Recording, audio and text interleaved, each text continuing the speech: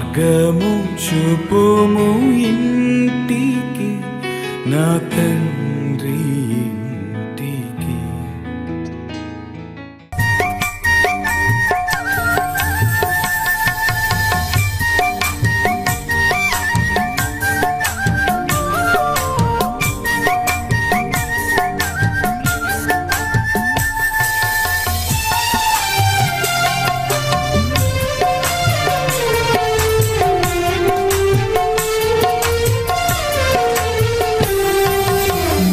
తప్ప నాకి లోకల్లో ఎవరున్నారయ్యా, నీకు తప్ప నాలో ఎవరికి చోటే లేదయ్యా.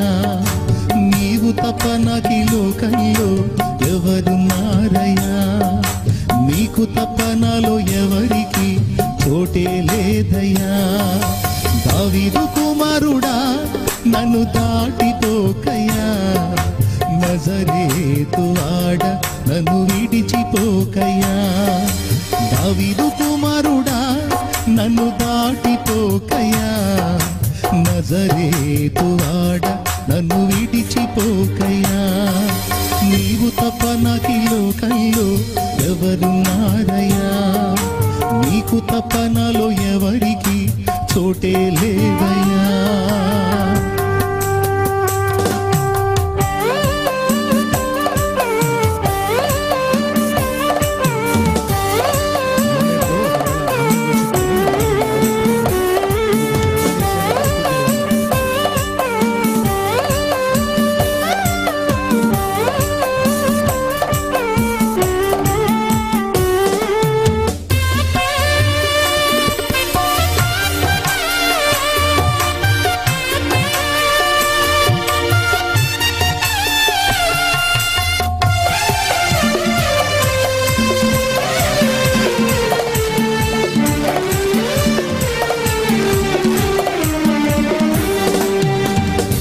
గుడ్డివాడినయ్యా నా కన్నులు తెరువవా, మూగవాడినయ్యా నా స్వరము నీయవా.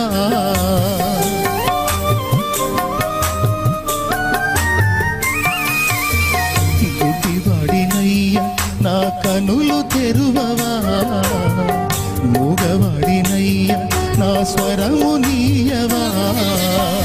కుంటివాడినయ్యా నా తోడు నడువవా, కుంటివాడినయ్యా నా తోడు నడువవా.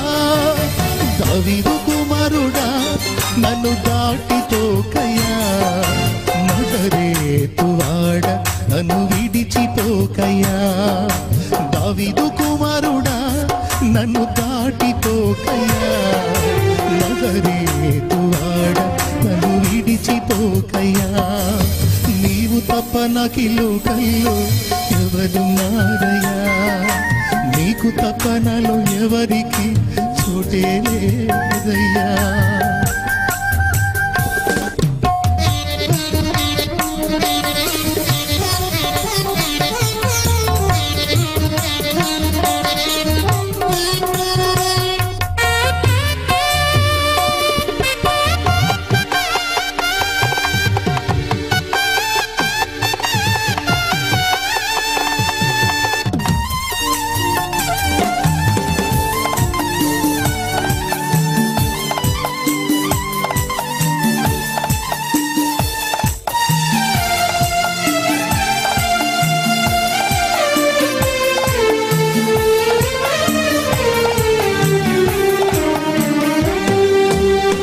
లోకమంతా చూచి నన్ను ఏడిపించినా, జాలితో నన్ను చేరదీసినా.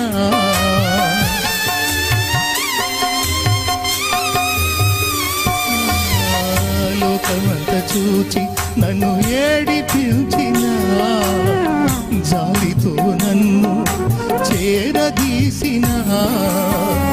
ఒంటరినయ్యా నా తోడు నిలువవా, ఒంటరినయ్యా నా తోడు నిలువవా.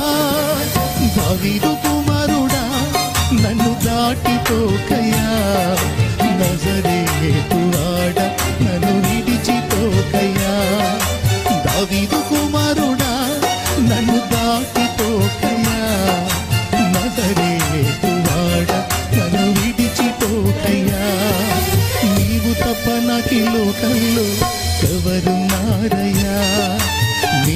తపనలో ఎవరికి చోటే లేదయ్యా.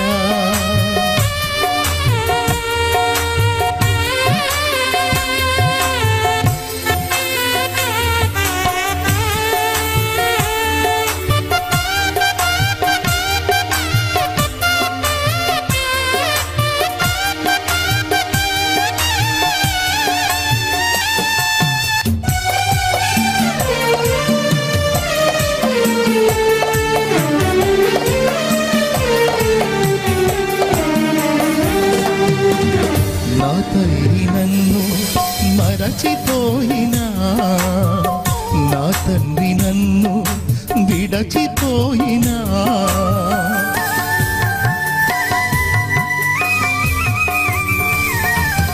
నా తల్లి నన్ను మరచిపోయినా, నా తండ్రి నన్ను విడచిపోయినా, తల్లిదండ్రి నీవై నన్ను లాలించవా, తల్లిదండ్రి నీవై నన్ను లాలించవా.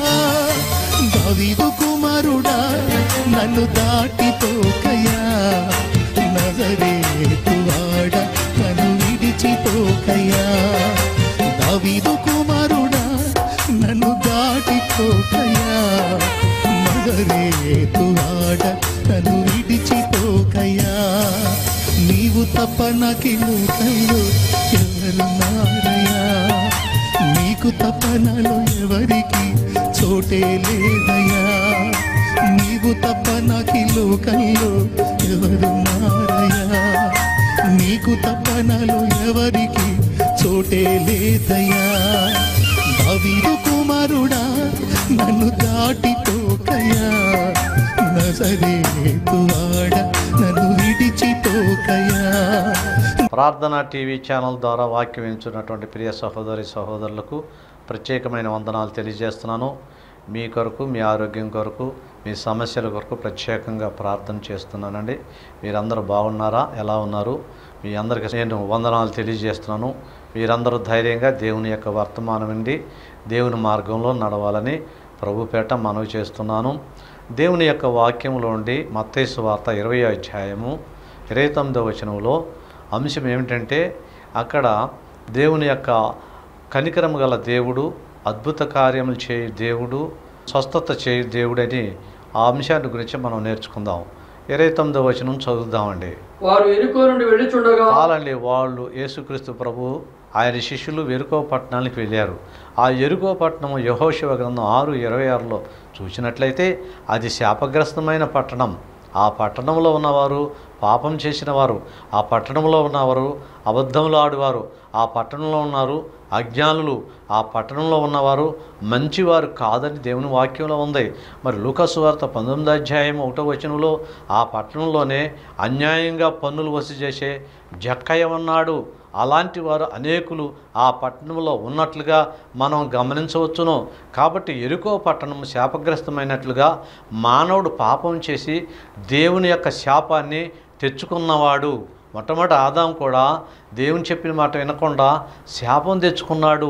ఆ శాప విమోచన కలగ చేయటానికే యేసుక్రీస్తు ప్రభువారు ఈ భూలోకానికి దిగివచ్చి శాపము నుండి విమోచించుటకు మన శాపాన్ని ఆయన భరించి శాపగ్రస్తుడయ్యాడు. మన శాపాన్ని ఆయన భరించాడు. కాబట్టి ఎరుకో పట్టణము శాపగ్రస్తమైనది. ఎరుకు అంటే సువాసన కలది, సువాసన లేదు, అక్కడ దుర్వాసన ఉంది. 1వదిగా ఎరుకో పట్టణము. అంతేకాదు ఆ అధ్యాయం మరలా చదువుతారు సోదరులు, చూడండి. ఆయన ఎరుకో పట్టణం నుండి వారు బయలుదేరుచుండగా జనసమూహం ఆయన వెంట వెళ్ళాను. ఆ రెండవది ఏమిటంటే ఆయన వెంట వెళ్ళాను, ఆయన్ని ఫాలో అయ్యారు. ఈ లోకంలో ప్రతి మానవుడు కూడా ఆయన్ని వెంట వెళ్ళట్లా, ఆయన్ని ఫాలో అవట్లా. సైతాన్ని ఫాలో అవుతున్నారు, దురలవాట్లను ఫాలో అవుతున్నారు, చెడును ఫాలో అవుతున్నారు, అపవిత్రతను ఫాలో అవుతున్నారు. ఆయన వెంబడించట్లా, సైతాన్ని వెంబడిస్తున్నారు. తమ మార్గాలు దేవుని యొక్క మార్గంలో వెంబడించే విధానంగా లేదు. మత్తయి సువార్త 4వ అధ్యాయము మనం గమనించినట్లయితే 18వ అధ్యాయంలో యేసుక్రీస్తు ప్రభువారు అక్కడికి వెళ్ళి కొంతమంది చేపలు పట్టుకునేటువంటి పేతురు కొంతమంది శిష్యులను వాళ్ళని చూసి వారి దగ్గరికి వెళ్ళి ఆయన ఏమన్నారంటే, నేను మనుషులను పట్టు జాలలుగా చేతును, నా వెంట రండి అని అక్కడ ఆయన విజ్ఞాపన చేశాడు. అదేవిధంగా మనం కూడా ఏం చేయాలంటే మరి ఆయన వెంట వెళ్ళే వారిగా ఉండాలి. జనులందరూ ఆయన వెంట వెళ్ళారు. వీరు కూడా మరి శిష్యులు కూడా ఆయన చెప్పగానే ఆయన వెంట వెళ్ళినట్లుగా మనము గమనించవలసి వచ్చింది. ఈ లోకము అనేకమైనటువంటి దురలవాట్లు, అనేకమైనటువంటి పాపము, అనేకమైనటువంటి విధానంలో సాతాను వెంట వెళ్తున్నారు. అది మంచిది కాదని దేవుని యొక్క వర్తమానంలో మనం చూస్తున్నాం. అలాగే సంసోను మరి గాజాకు వెళ్ళాడు. ఆ గాజాకు వెళ్ళాడు సంసోను. ఆ సైతాను చెప్పిన మార్గంలో వెళ్ళి ఆ విధంగా ప్రవర్తించినట్లుగా మనం చూస్తున్నాం. అలాగ మనం ఉండకూడదండి. చక్కగా దేవుని నమ్మిన బిడ్డలుగా మనము ఆయన్ని వెంబడించే వారిగా ఉండాలి.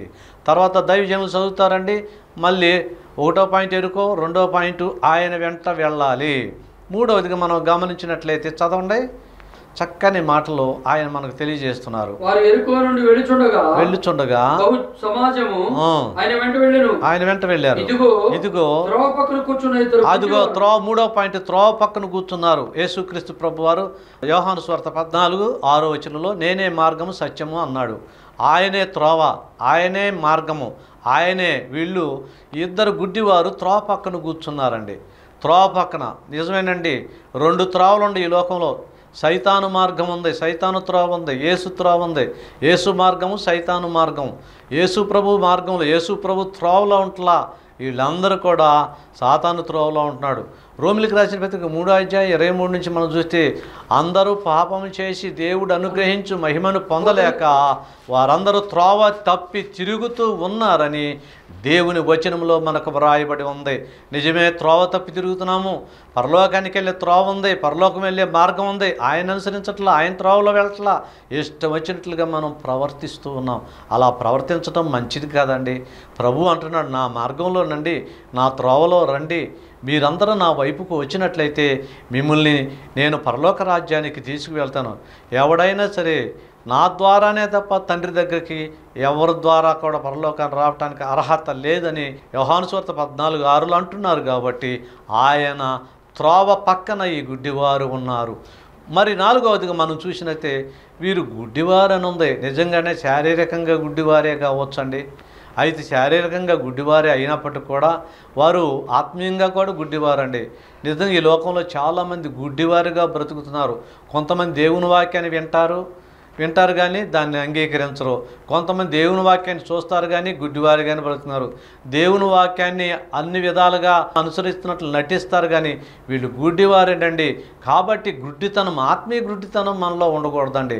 శారీరక గుడ్డితనం మనలో ఉంటే ఉండొచ్చు కానీ అది వైద్యం ద్వారా మనము మరి మేలు పొందవచ్చు. కానీ మరి ఆత్మీయ గుడ్డితనం పోవాలంటే క్రీస్తు ప్రభు మనం నమ్ముకుంటే ఆత్మీయ గుడ్డితనం పోద్దండి. కొరింథీయులకు రాసినప్పుడు 4:4 అంటున్నాడండి.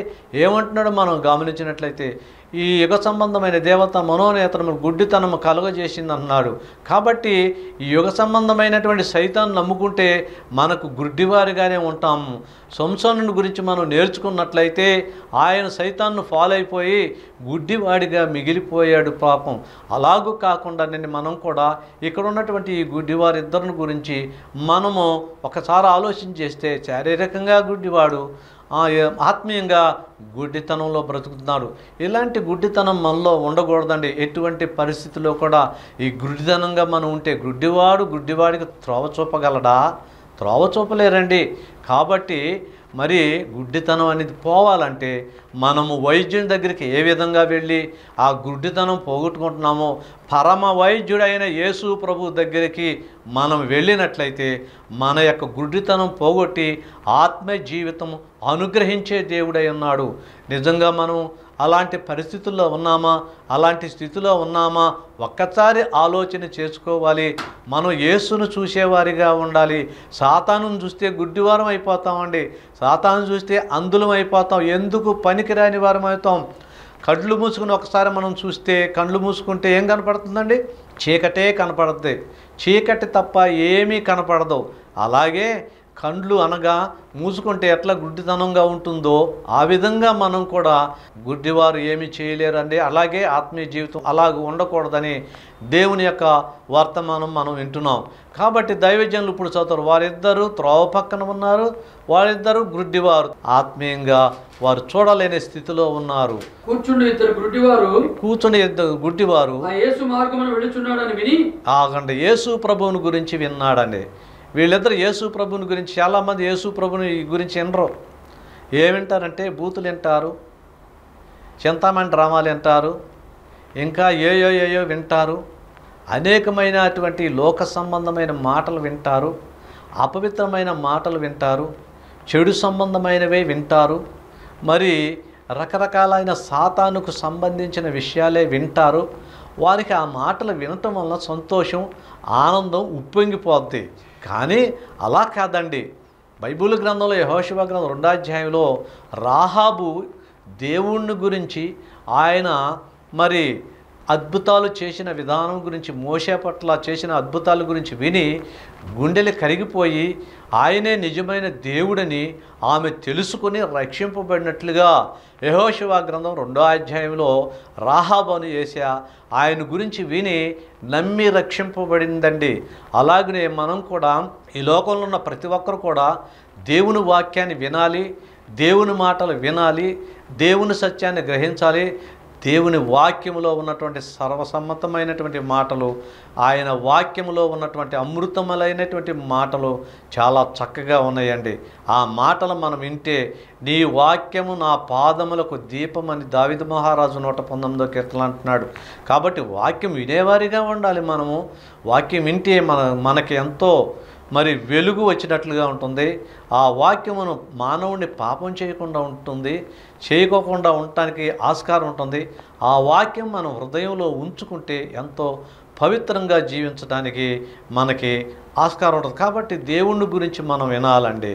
ఎంతసేపు కూడా దేవుని వాక్యం వినేవారిగా ఉండకుండా ఏవేవో వినేవారిగా ఉన్నట్లయితే అవి హృదయం మీద పనిచేస్తాయి. ఆ హృదయం మీద పనిచేసినందువలన సైతాను వైపుకు వెళ్ళిపోయి పాప మార్గంలో జీవించటానికి అవకాశం ఉంటుంది. అలాంటి అవకాశం లేకుండా అట్టి మాటలు మనం వినుకోకుండా చెడు వినవద్దు, చెడు కనవద్దు అని మనకు పెద్దలు చెప్పి ఉన్నారు. కాబట్టి దేవుని వాక్యం కూడా అంతకన్నా ప్రాముఖ్యంగా చెప్పేదంటే చెడు వినవద్దు అని చెప్తుంది. ప్రభువుని గురించి వినండి, ప్రభు మాటలు వినండి, విశ్వసించండి, రక్షింపబడండి. వాళ్ళిద్దరు కూడా ఏమైనా విన్నారంటే యేసును గురించి విన్నారు. ఆ మార్గమున వెళ్ళుచుండగా విని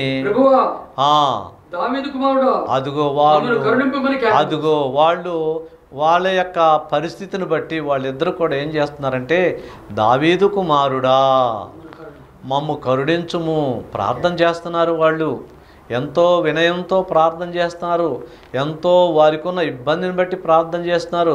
వారికి ఉన్నటువంటి మరి అనేక విధాలైనటువంటి సమస్య, వారు ఎంతకాలం నుండి ఆ యొక్క గుడ్డితనంలో ఉన్నారో తెలియదు. కానీ వారు ఎంత యాతన పడుతున్నారో, ఎంత కన్నీరు గారుస్తున్నారో, ఎంత దుఃఖంలో ఉన్నారో, ఈ ప్రపంచంలో ఉన్న దేనిని చూడలేని స్థితిలో ఉన్నారో, వారు ఎంతకాలం నుంచి మూలుగుతూ ఉన్నారో అది మనకి తెలియదు. కానీ వారి బాధ ఎంతో విచారకరమైనది.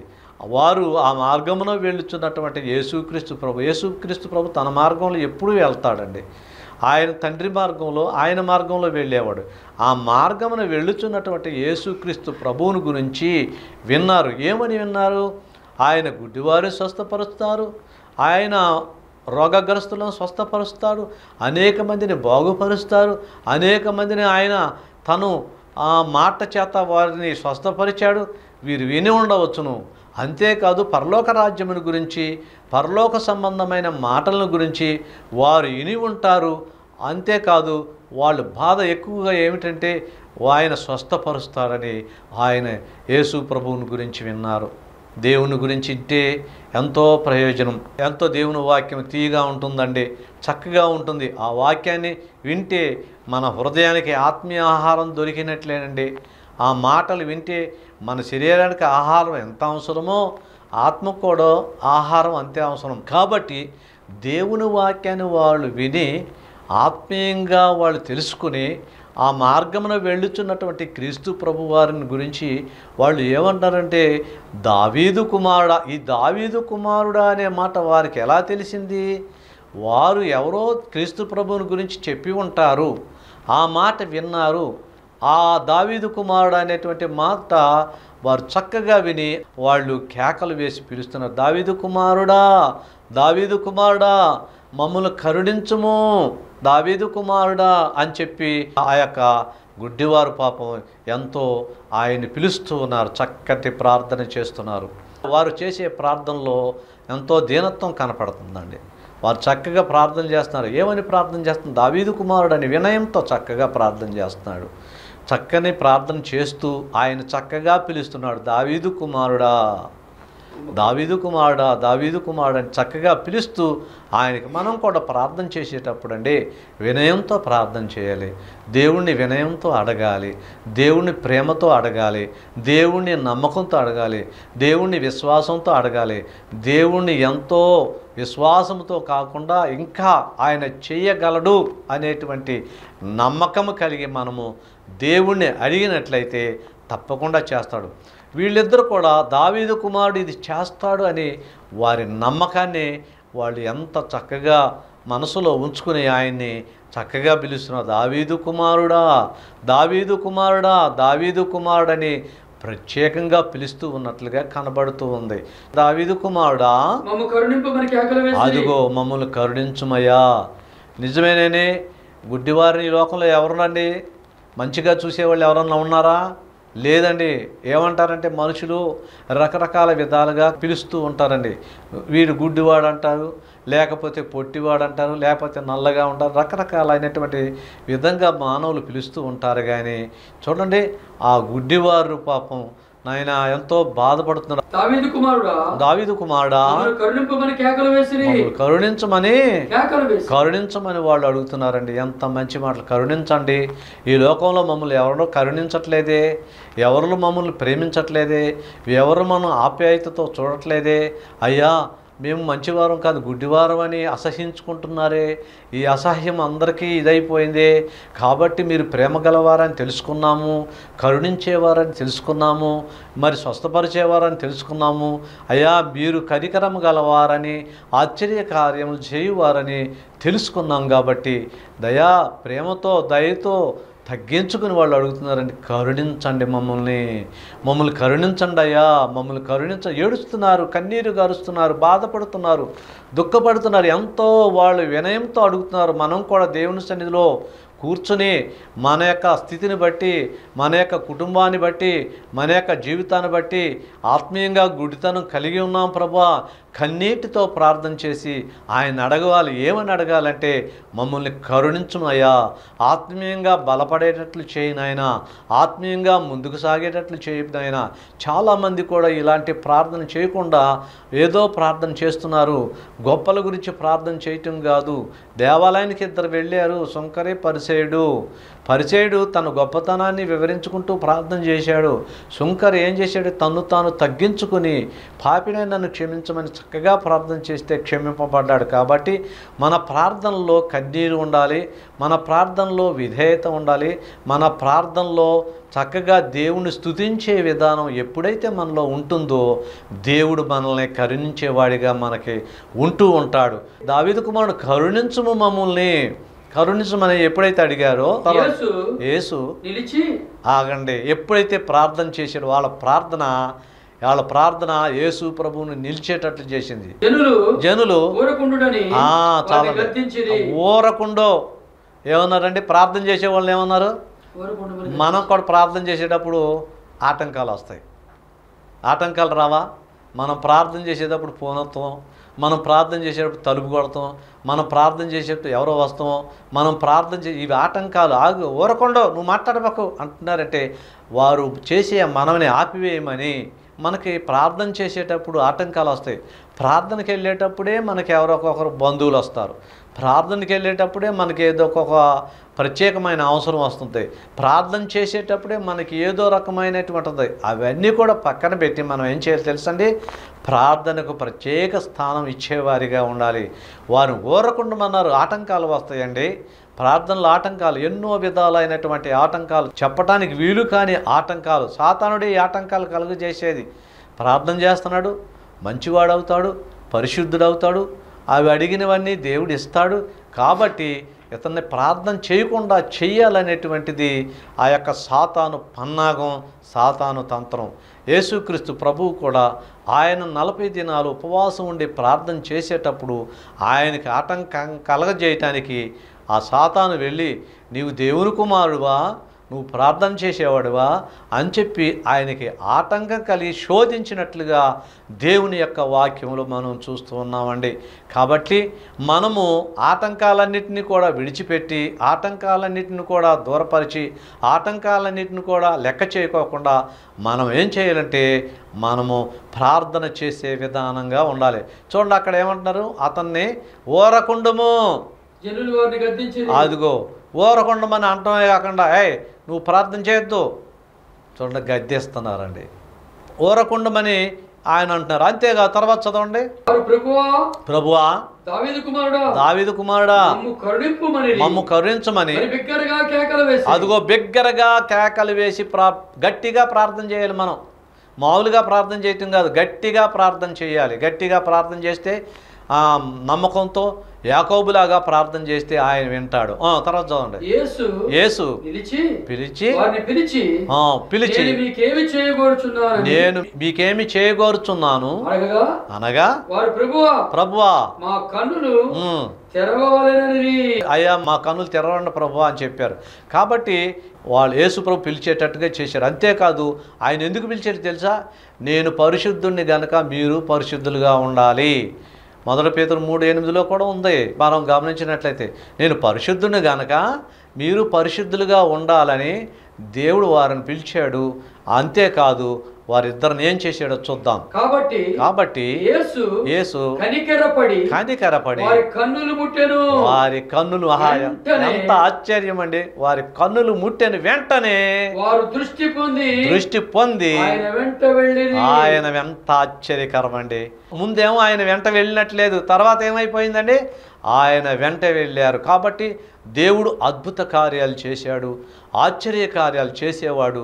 కాబట్టి అటువంటి అద్భుతాలు ఈ ఇద్దరు గుడ్డి వారిని వాళ్ళ కళ్ళు తెరిచి వాళ్ళని సంతోషపరిచి ఎంతో అద్భుతాలు చేశాడు. వెంటనే వారు ఇంటికి వెళ్ళలేదని ఆయన వెంట వెళ్ళారు. కాబట్టి మనం దేవుని యొక్క వాక్యములో మనం గమనించినట్లయితే స్వస్థపరిచేటువంటి వరము, కనికరము చూపేటువంటి దేవుడు, ఆ దేవుని వైపు మనం కూడా చూసి ఆత్మీయంగా ఎదిగేవారిగా ఉండాలి. కానీ గుడ్డితనంలాగా ఆత్మీయ భ్రష్టత్వం కలిగి ఈ లోకంలో జీవించకుండా దేవుళ్ళు నడిచినట్లయితే మనకెంతో ఆశీర్వాదం ఉంటుందనే సత్యాన్ని మనం గ్రహించుకోవాలి. కాబట్టి అలాంటిది గ్రహించుకుంటే మనల్ని దేవుడు ఆశీర్వదిస్తాడు. కాబట్టి ఏమిటంటే మనం చూసినట్లయితే మనం దేవుని యొక్క వాక్యం మనం చూస్తే ఆయన కార్యాలు అద్భుతాలు, ఆయన ఆశ్చర్య కార్యాలు అద్భుతమైనవి, ఆశ్చర్యమైనవి. కంటికి కనబడవు నీ అద్భుత కార్యములు, చెవికి వినబడవు ఆశ్చర్య క్రియలు. నన్ను వెంబడించితివి ప్రతి స్థలము నందును, శాశ్వత ప్రేమతో నన్ను ప్రేమించితివి. ఇరుకులో విశాలత కలుగజేసినావు, ఎన్నెన్నో మేళ్లతో నన్ను నింపినావు. ఎన్నతరమ ప్రేమ వర్ణింపతరమని ప్రేమ, ఎన్నతరమని ప్రేమ వర్ణింపతరమని ప్రేమ, విరుకులో విశాలత కలుగజేసినావు. ప్రత్యేకమైన వందనాలు. దేవుని వాక్యం వినుచున్నారు, చక్కగా మంచిదండి. ప్రతి గురువారం నాడు మీరు వినండి. 10:30 నుండి 11 గంటల వరకు విని మరి మీ సమస్యలు కానీ మీ ఏమైనా ఉంటే స్క్రీన్ మీద కనిపించేటువంటి ఫోనుల ద్వారా మాకు తెలియపరచండి. మరి మీ విషయం ప్రార్థిస్తాం. చిన్న ప్రార్థన చేసుకుందాం. పరిశుద్ధుడు అయిన తండ్రి, ప్రేమగల దేవా, నీకు వందనాలు చెల్లిస్తున్నాం. ఇదిగో ప్రభువా, ఇద్దరు గుడ్డివారిని రక్షించిన విధానం బట్టి మీకు వందనాలు. ఈ లోకంలో అనేకులు పడిపోయి గుడ్డివారిగాను పతనమైన వారిగాను ఉంటున్నారు. అట్టి వారిని గుడ్డితనం పోగొట్టి నీ బిడ్డలుగా చేసుకుని రక్షించమని ప్రభునేసు నామమున ప్రార్థించి స్తుతించి అడిగి వేడుకుంటున్నాము తండ్రి. ఆమేన్. మీ అందరికీ ప్రత్యేకమైన వందనాలు తెలియజేస్తున్నాను.